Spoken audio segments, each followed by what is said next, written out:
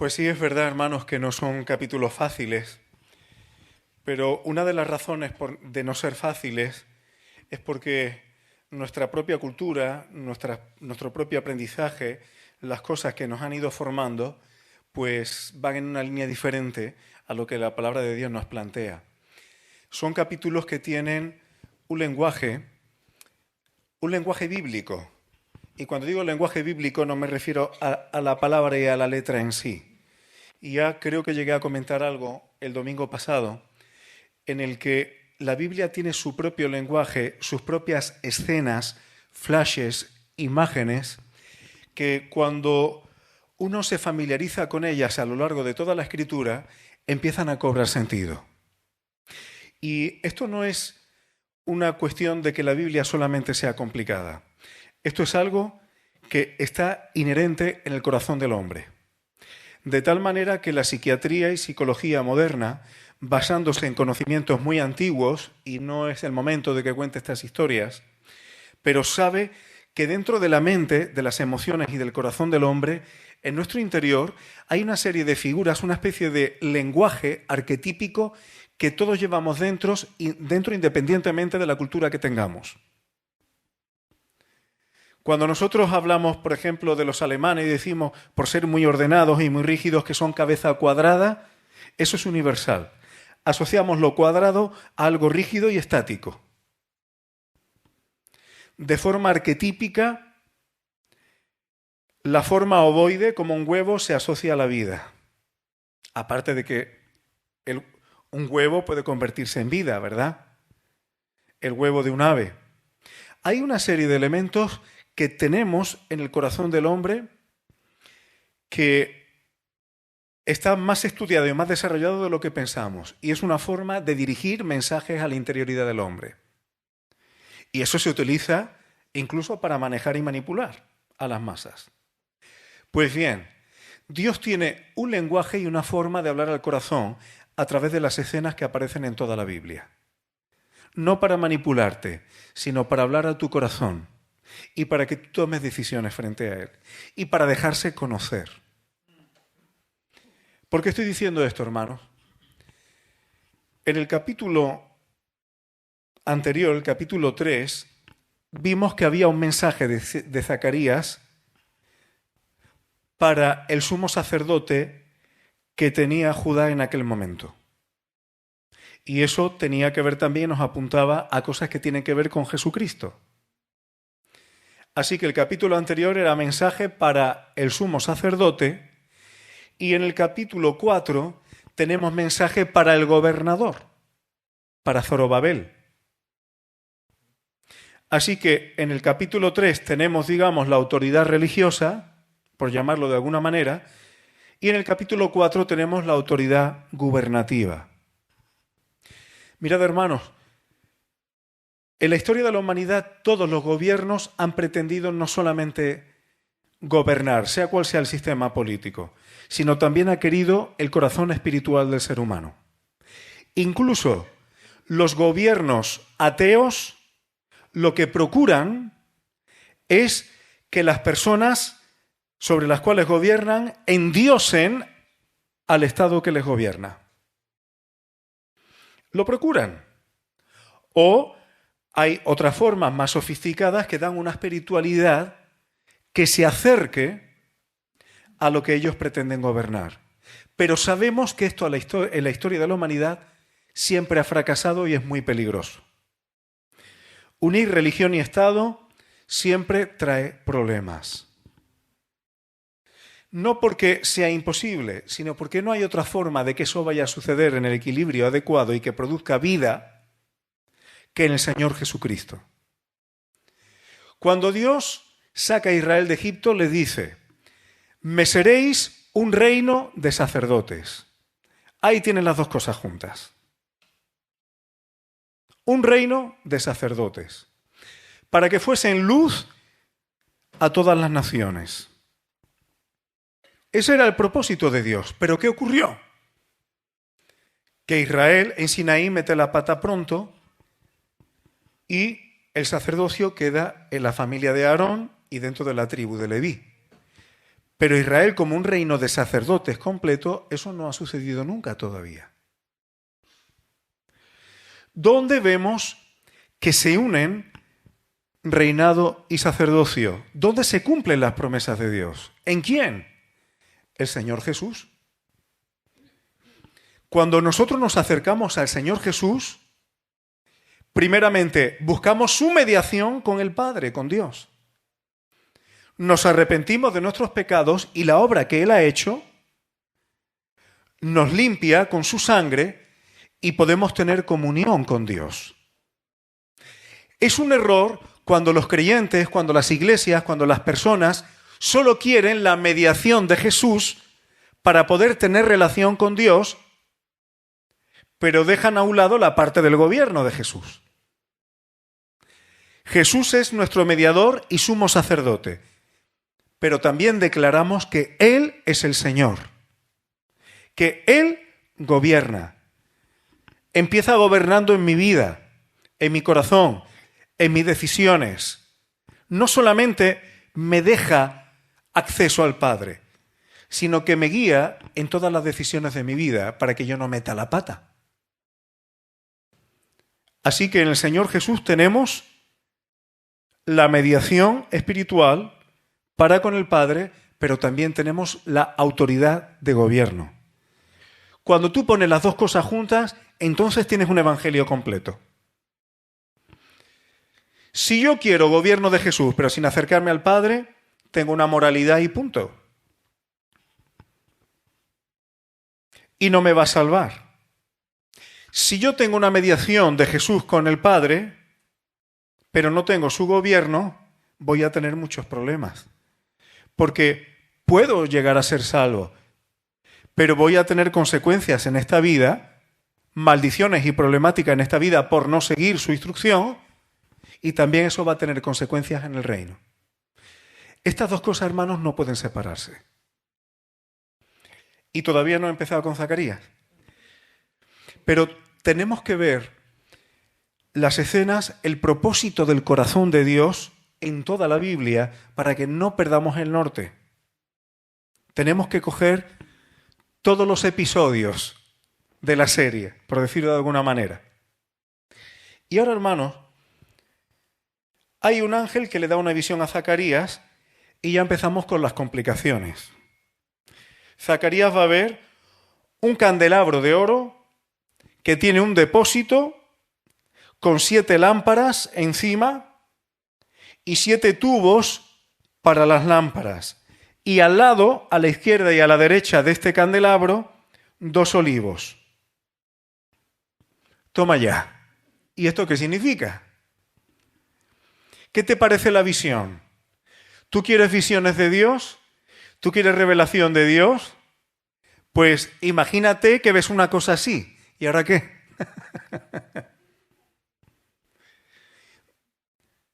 Son escenas que tienen relación con otras escenas que están en las Escrituras. Por eso insisto, hermanos, siempre debemos estudiar la Escritura completa. En el tabernáculo y también en el templo, en la zona, vamos a decir, cubierta, teníamos el lugar santo y el lugar santísimo. En el lugar santo, la única luz que había era la de un candelabro de 7 brazos. Una lámpara como un candelabro con 7 brazos de oro, que en cada lamparita había que poner aceite. Ese aceite salía de aceitunas machacadas. Y según Éxodo 27:20, y no es la única referencia, el mandamiento que tenían los hijos de Israel era traer aceite puro constantemente de aceitunas para que hicieran arder continuamente la lámpara. Esa lámpara tenía que estar dando luz siempre. A esa lámpara no le daba la luz del sol. Esa lámpara estaba en el lugar santo y la única luz que tenía era la de arder con aceite de aceitunas machacadas. ¿De acuerdo, hermanos? Ahora, ¿Qué tiene esto que ver? ¿Dónde vemos algo que se parezca a esto? En Apocalipsis, cuando Juan quiere saber quién está hablando con él, porque escucha una voz como de trompeta, vemos que el Señor Jesús está en medio de 7 candeleros de oro. Y luego, ahí mismo, se le revela el misterio. ¿Quiénes son esos 7 candeleros? Son las 7 iglesias que representan a la iglesia de Dios, al pueblo de Dios, a los hijos de Dios. Eso simboliza. Así que esta visión que tiene Zacarías tiene que ver con personas. Tiene que ver con los hijos de Dios. Ahora, fijaos, no me quiero meter en muchos berenjenales, hermano, pero hay una cosa que es impresionante. El tabernáculo y el templo se le da a Moisés y a David para que lo construya Salomón, en el caso del templo, y David le dice a Salomón, mira, y Salomón no era un mindundi, no era un discapacitado intelectual, y le dice, hazlo exactamente así porque estos planos han sido trazados directamente por la mano de Dios.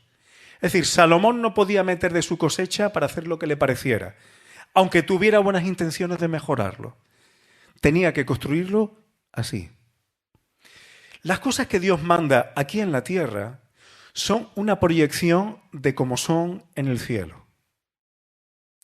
Las lámparas o los candeleros que vemos en Apocalipsis se nos dice que son la iglesia.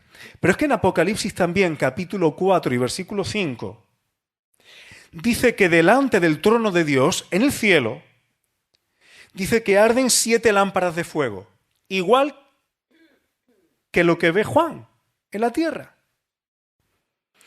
¿Y qué representa esas lámparas de fuego? Dice, las cuales son los 7 espíritus de Dios. Es decir, hay una proyección, un paralelismo entre lo que hay en la tierra y en el cielo. Las 7 lámparas aquí en la tierra son la iglesia de Dios. Las 7 lámparas delante del trono de Dios son el Espíritu Santo de Dios. ¿Y no dice el apóstol Pablo que el que se une al Señor, un espíritu es con él? Hay una similitud, hay una unidad entre lo que está arriba y no vemos con lo que vivimos aquí en la tierra, hermanos. No sé si me estoy explicando bien. Las cosas que nosotros hacemos aquí tienen una correlación con lo que no vemos en el cielo. Las cosas que hacemos aquí pueden afectar nuestra comunión con Dios. Las cosas que hacemos aquí pueden romper nuestra relación con otras personas, con otros hermanos, o pueden edificarla. Hay una correlación entre lo espiritual y lo terrenal. Por eso, las cosas que hacemos aquí importan. Importan. ¿Y los olivos qué tiene que ver? ¿Qué tiene que ver los olivos? El apóstol Pablo, en Romanos 11, dice, tú siendo olivo silvestre, 11:17, cojo la segunda parte, dice, has sido injertado en lugar de ellas y has sido hecho participante de la raíz y de la rica savia del olivo. Habla de cómo los llamados, de cómo los que están en Jesús son injertados en el olivo natural. Y algunos dicen, el olivo es Jesús. Eso no viene en la Biblia. Es más, Jesús sí es la rica savia y la raíz del olivo. Está en la base. Jeremías 11:16, hablando del pueblo de Dios, de Israel, dice, olivo verde, hermoso en su fruto y en su parecer, llamó Jehová tu nombre. A la voz del recio estrépito hice encender fuego sobre él y quebraron sus ramas. Pablo está citando esto. Eso quiere decir que el olivo es una cuestión de raza? ¿El olivo es una cuestión simplemente de genética o de cultura judía? No. El olivo son todos los que están en pacto con el Señor. Y cuando se está en pacto con el Señor, se es olivo. Y el Señor Jesús es la rica savia del olivo y la raíz que lo sustenta. ¿Por qué 2 olivos? Porque luego lo va a preguntar Zacarías. Ya hemos hablado de esto otras veces. El reino de Israel se divide en 2. Hay una parte del norte que dice que deja de existir como nación y como pueblo. Pero se le hacen promesas. Se va a mezclar con los gentiles. ¿A quién está representando? A los gentiles que vengan al Señor. Y a los que se mezclaron con ellos. Y luego tenemos Judá, el sur, por otro lado. Siguió siendo nación, pero también necesita reconciliación con Dios. También necesitan a Jesús. ¿Por qué? Porque cometieron los mismos pecados. No han perdido su nacionalidad, no han perdido su identidad como pueblo, pero sin Cristo están bajo la ley. Y cuando digo están bajo la ley no es que tengan que obedecerla para salvarse, sino que las multas, vamos a llamarlo así, las condenas de la ley las tienen encima. Porque no hay manera de quitarse eso si no es por el precio del Señor Jesús. Y ahí tienen los 2 olivos, que aparecen en otras figuras. ¿El nuevo pacto con quién es? Jeremías 31 y también lo dice Hebreos. Y aquí viene el día en que hago un nuevo pacto. ¿Con quién? Con la casa de Israel y con la casa de Judá. ¿Y dónde están los gentiles? Injertados en el olivo. Injertados. Ahí los tienes. Ahí los tienes en Ezequiel 37, cómo los 2 palos se juntarán en uno y tendrán un solo jefe. ¿Quién es el jefe? ¿Quiénes son los 2 palos que están ahí? Nos guste o no, nosotros los gentiles, en un momento dado, y está en profecías que ya veremos, va a haber un momento que el pueblo de Judá, estando en problemáticas muy serias, se les va a revelar al Hijo de una forma muy parecida a la que lo vio el apóstol Pablo. Jesús se le aparece. ¿Y qué dice? ¿Quién eres, Señor? E inmediatamente, ¿qué quieres que haga? Pues se les va a revelar al Mesías. Y creerán. Y todos los que crean en Cristo, en ese momento habrá un momento en la historia en que se convertirán muchísimos judíos, pero será por revelación directa, porque estarán viendo al Hijo venir. Entonces, esos, junto con los que antes fueron injertados, formarán un único y solo pueblo, comandados por el Señor Jesucristo. Esto sería largo de explicar, pero es muy difícil evitarlo si viene en el capítulo que nos toca. Ahora, hay un detalle que sí me gustaría decir. Ya hemos explicado más o menos lo que aparece ahí, o algunas de estas cosas. Dice el versículo 6, esta es la palabra de Jehová, de Dios para Zorobabel, que dice, no con ejército, ni con fuerza, sino con mi espíritu, ha dicho el Señor. En este contexto, ¿qué significa? Que alumbrar como lámparas no es por tu esfuerzo, no es por el mío, es por el Espíritu de Dios. Si tú a partir de mañana dices, ya no voy a mentir, y eres de estas personas que se le escapa mentirijilla para quedar bien, lo que llaman mentiras piadosas, pero que son mentiras. Tú dices, venga, ya a partir de mañana no miento más. Ya a partir de mañana dejo esto, dejo lo otro. A lo mejor lo consigues mañana, luego viene pasado, luego viene el otro y tal, hasta que hay un día que parece que vuelve lo mismo que dejaste, pero con más fuerza. No alumbramos por la fuerza de nuestra carne. No alumbramos por ningún tipo de poder humano. Solamente podemos ser luz en el Espíritu de Dios. Que, aunque muchas veces no hace ruido, pero es el poder más grande que hay en el universo. Lo que yo no puedo, lo que no puede nadie, tú no puedes cambiarme a mí. No puedes. El Espíritu de Dios sí. Así que en esta visión lo que Dios le revela es que es su Espíritu quien va a hacer. Es su Espíritu quien va a operar. Aquí Zorobabel se le va a revelar que él va a poner los cimientos del templo y va a hacer la obra. Va a tomar la decisión gubernamental de edificar el templo de Dios. Que por cierto, Zorobabel es descendiente del rey David y también representa al Señor Jesucristo. ¿Y no dijo el Señor Jesús, yo edificaré mi iglesia? ¿Quién es el fundamento? Él. Las bases las pone Él. ¿Y quién la edifica? Él también. Cuando uno ve esto, uno se da cuenta que depende del Señor absolutamente para todo. El Señor te pide tu corazón. El Señor te pide tu disposición. El Señor te pide tu voluntad.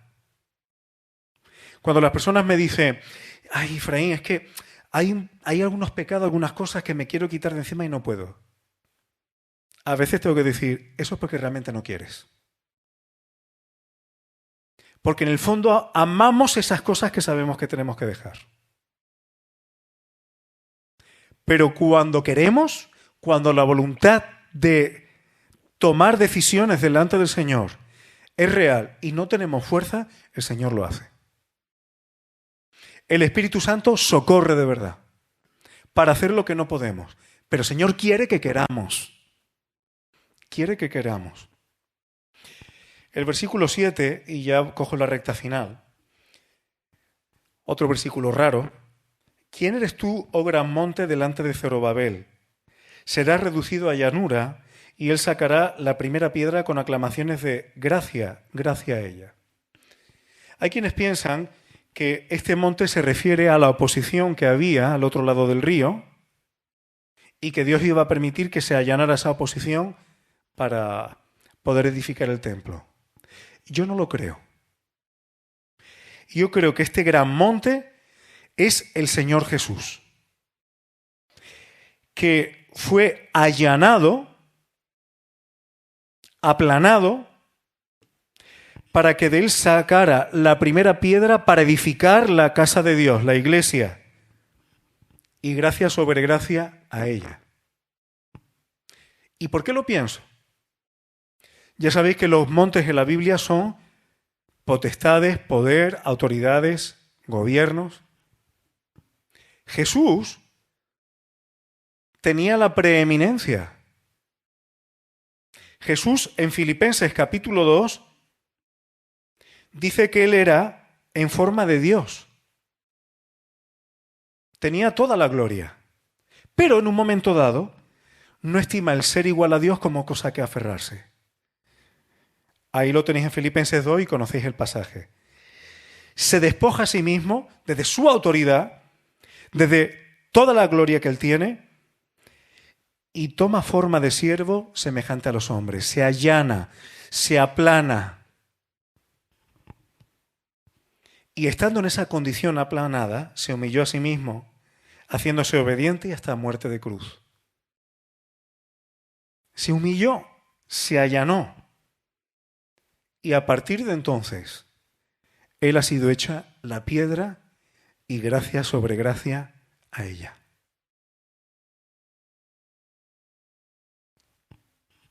En el versículo 9 se habla de cómo Zorobabel va a poner los cimientos de la casa, ya lo hemos comentado, y la acabará.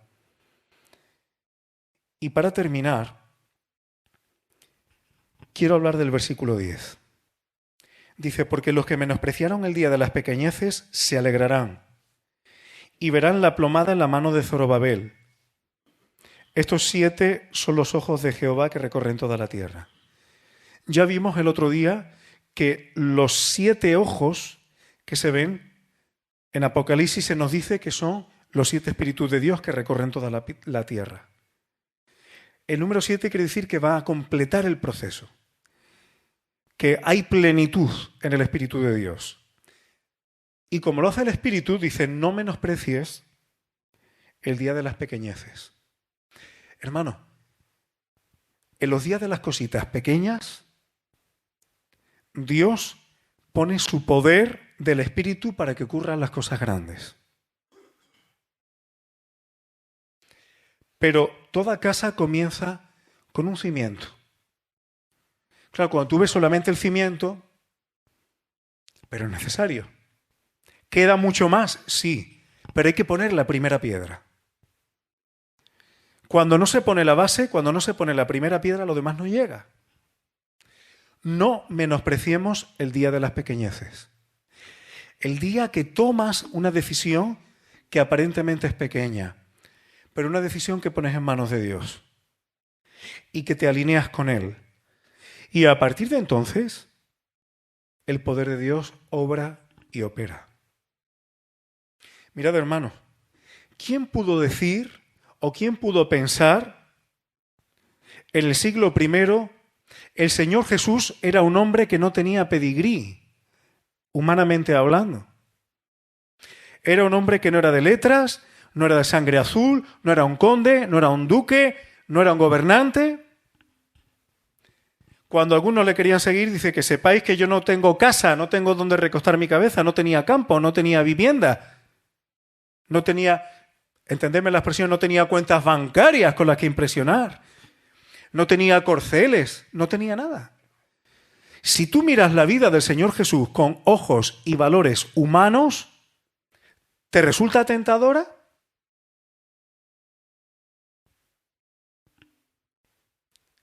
Un hombre en una zona pequeña del mundo que no tenía pedigrí, que no tenía riquezas, que no tenía nada.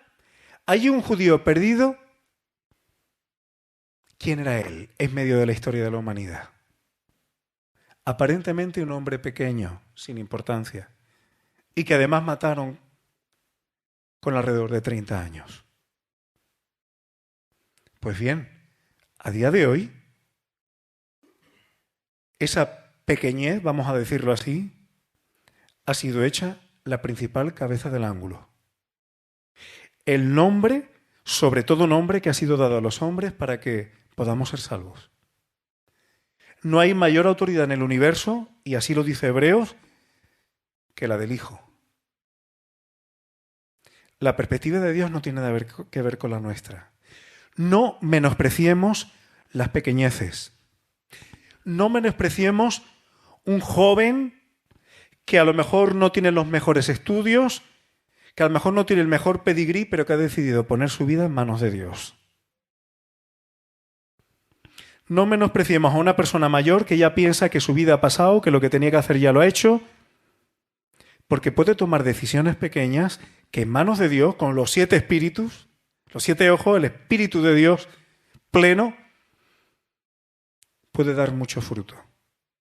No menospreciemos las cosas pequeñas cuando están hechas en el Espíritu. Todo árbol grande, hasta las secuoyas, que son los árboles más grandes, creo, aunque no soy biólogo, comienzan con una pequeña semilla. No menospreciemos las semillas.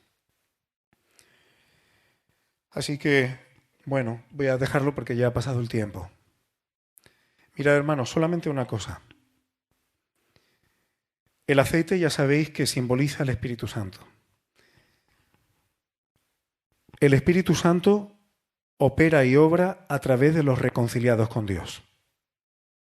Por eso se le revela a Zacarías cuando pregunta, bueno, ¿y estos 2 olivos quiénes son? Hombre, son los 2 ungidos.